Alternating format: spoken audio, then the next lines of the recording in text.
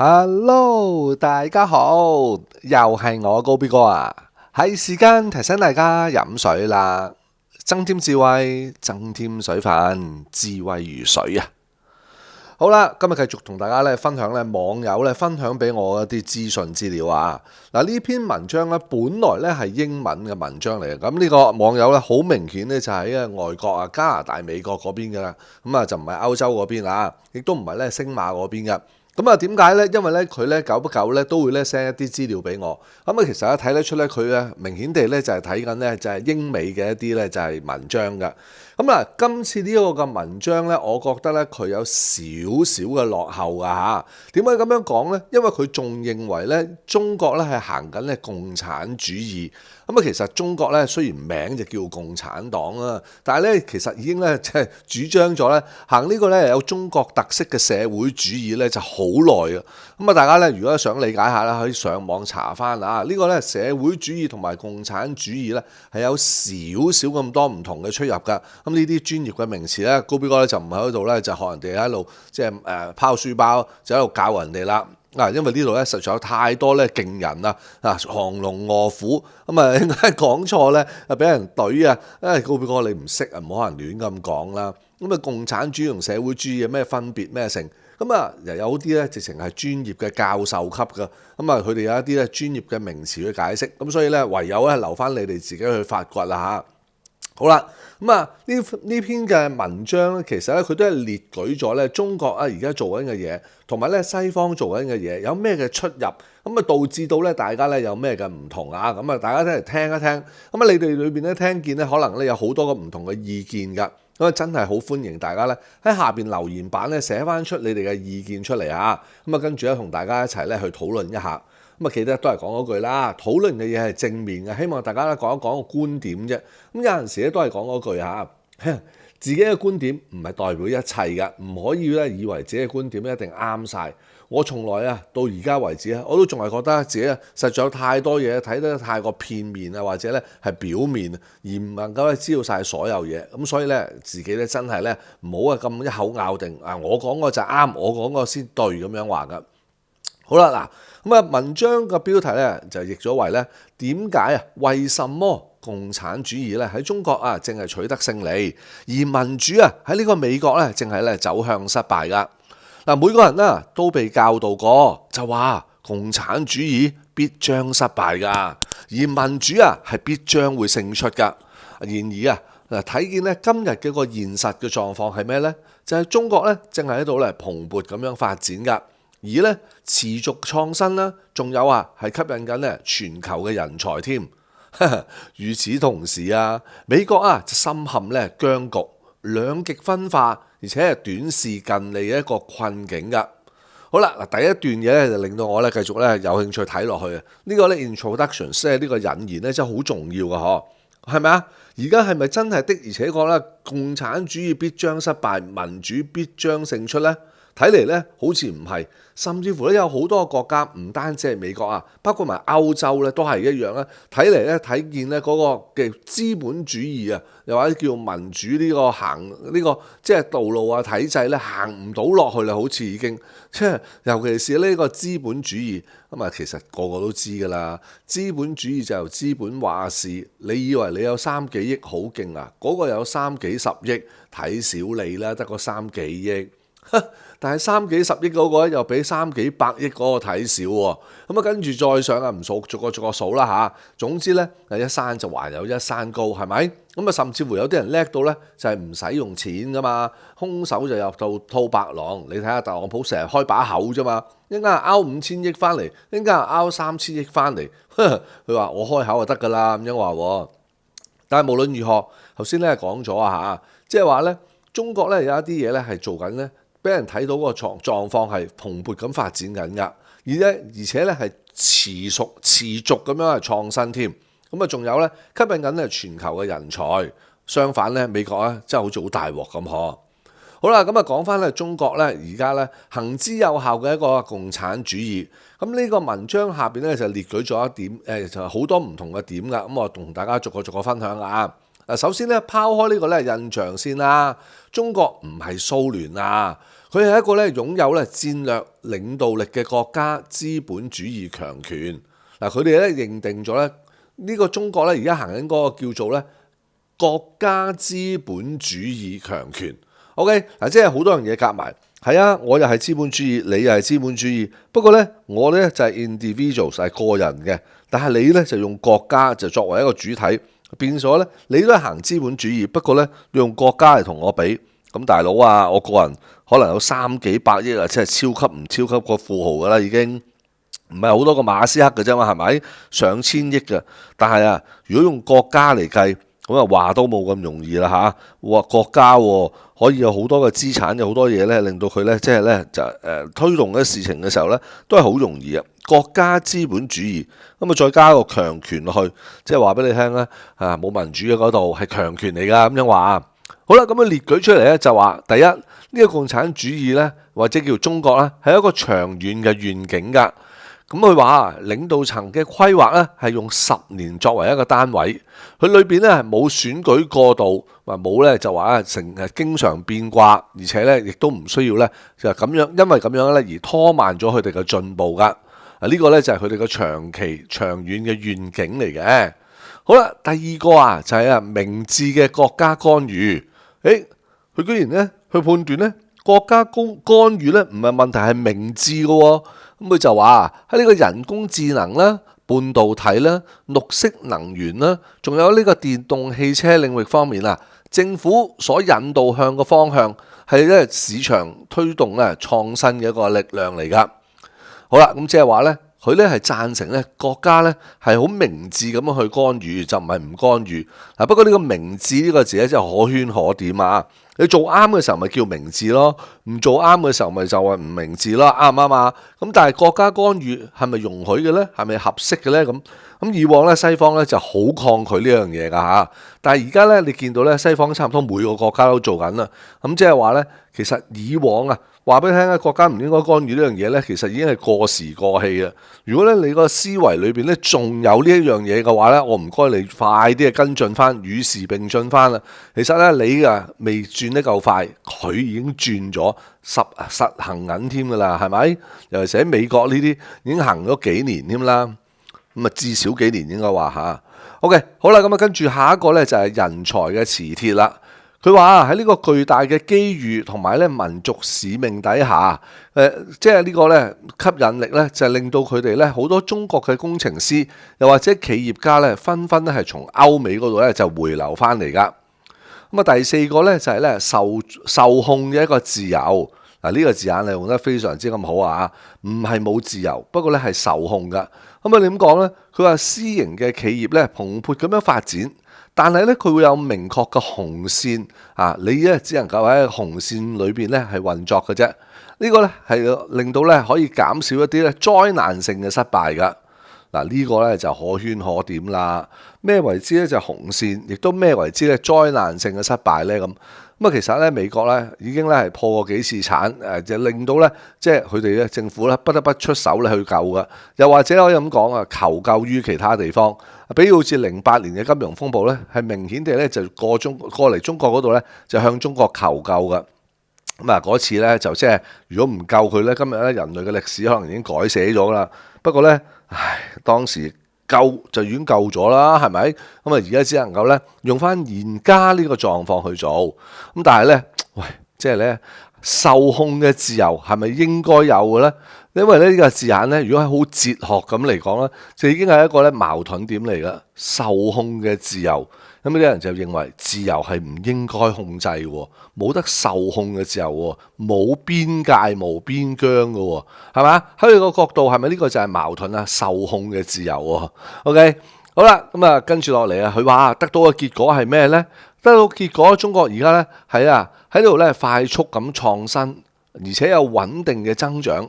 仲有啊，佢具備咗一個咧喺唔崩潰嘅情況之下，能夠咧修正佢哋嘅重大風險㗎。比如咧，佢做得最近嗰個咧就係初破呢個咧房地產嘅泡沫㗎。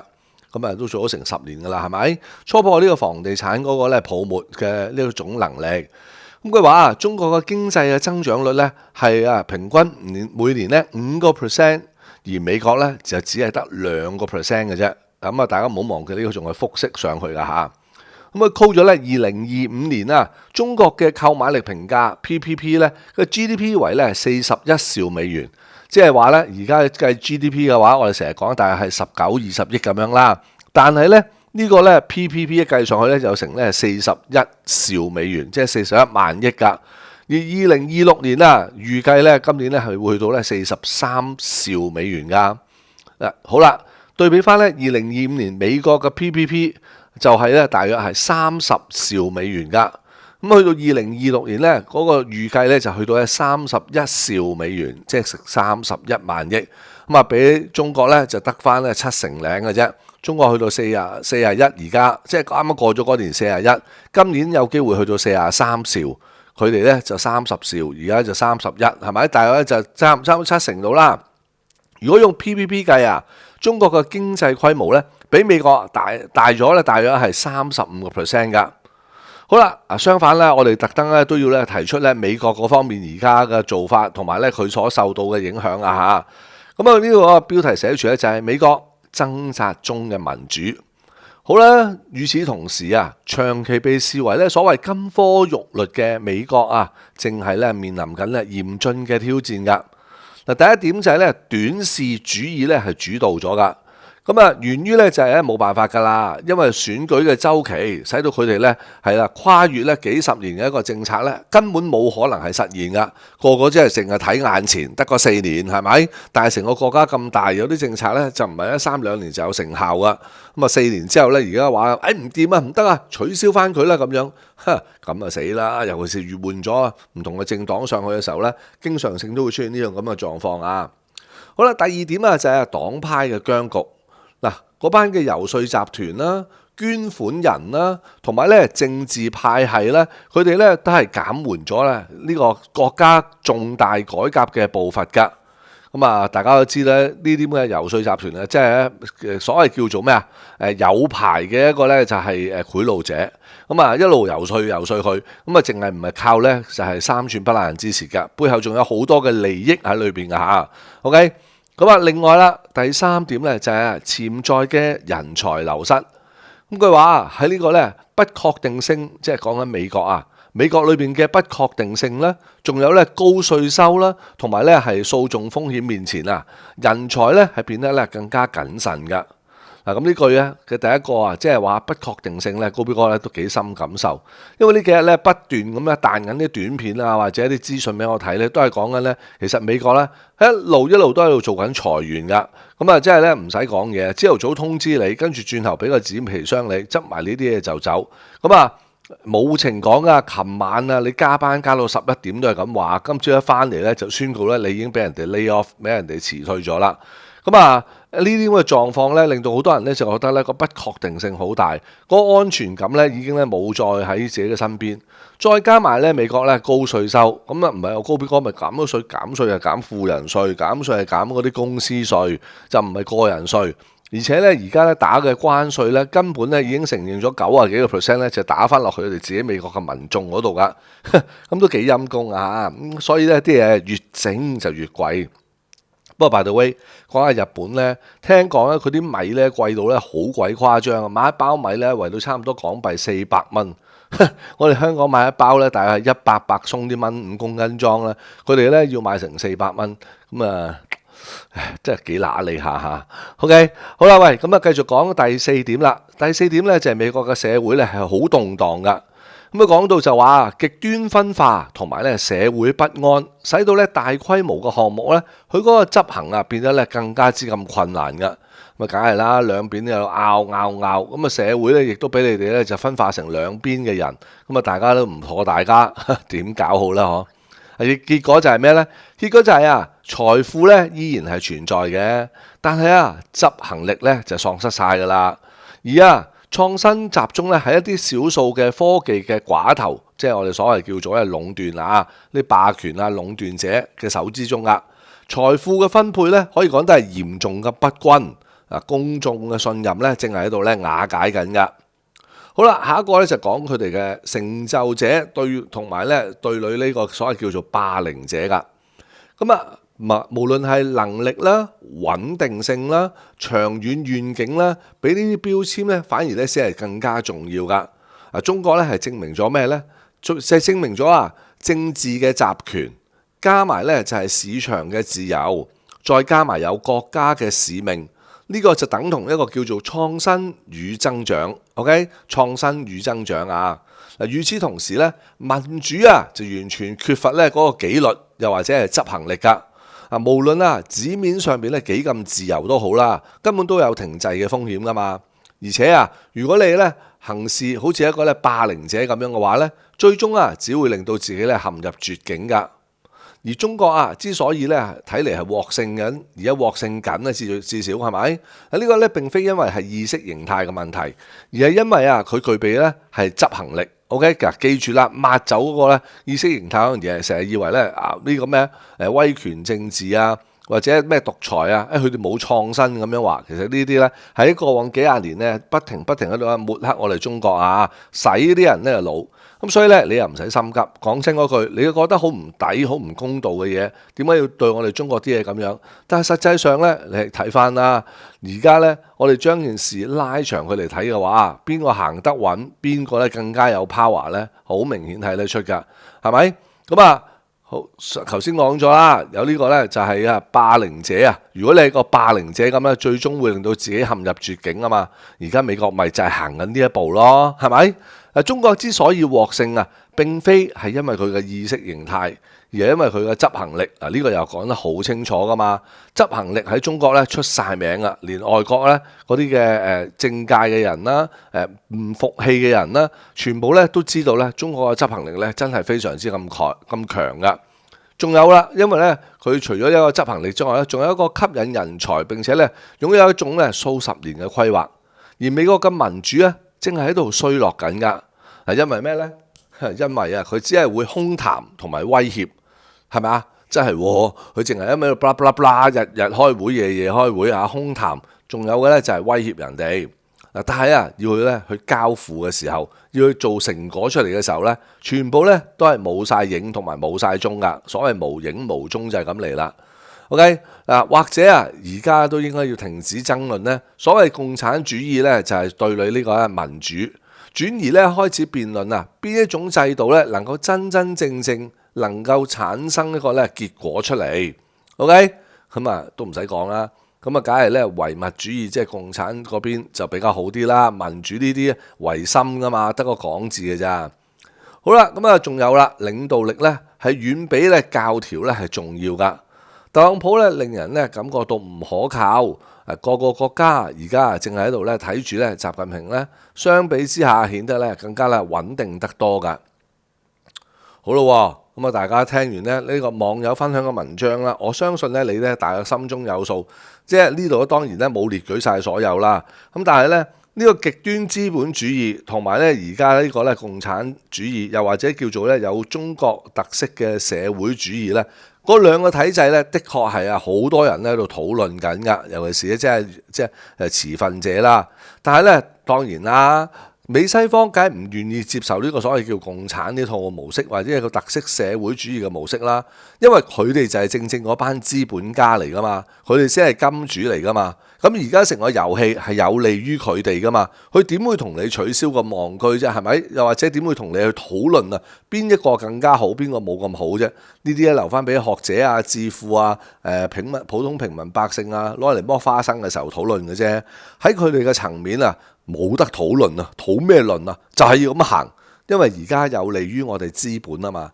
無論呢嗰啲係 old rich 嗰班人即係舊富貴嗰班，定係因為咧新進呢班富貴新富貴係咪？又或者咧佢哋成家都富貴，我哋就叫冚家富嘅嚇。咁就係無論如何總之咧，而家咧美西方的確係多咗好多咧關於咧中國體制嘅討論。而夾硬笠個名落去叫做共產主義咧，就可能咧會好快咧令人產生一啲咧即係驚恐不安咁樣噶。因為聽見共產啊嘛，係咪覺得自己好努力做咗好多嘢翻嚟，做咩突然間俾人共產咗？但係呢個誤解咧，如果再咁樣加深落去咧，係冇益嘅。因為咧大家又睇到咧，其實中國而家行緊個特色社會主義咧，同嗰個美西方咧其實好相近嘅。講真嗰句，如果你細心睇，其實呢係好相近，即係話我哋有翻一啲呢，我哋自己文化上面嘅嘢啊，又或者呢，我哋嘅人民嘅習性啊，咁啊，所以呢，你話喂一下子推嗰啲呢，外國行得通，嚟到中國呢，可能行唔通嘅嘢呢，咁啊好冇意思。咁啊，一步一步嚟啦。你而家見到呢，佢哋咁亂嘅時候呢，多咗人反思係一件好事嚟噶。但係我哋唔係淨係需要反思咯，而係佢要對呢樣嘢真係深入了解，跟住繼而呢，考慮下係咪真係有嘢啱使，唔好怕收家啊！呢啲係長遠噶。我自豪，因我多角度思考。晏啲再見，拜拜。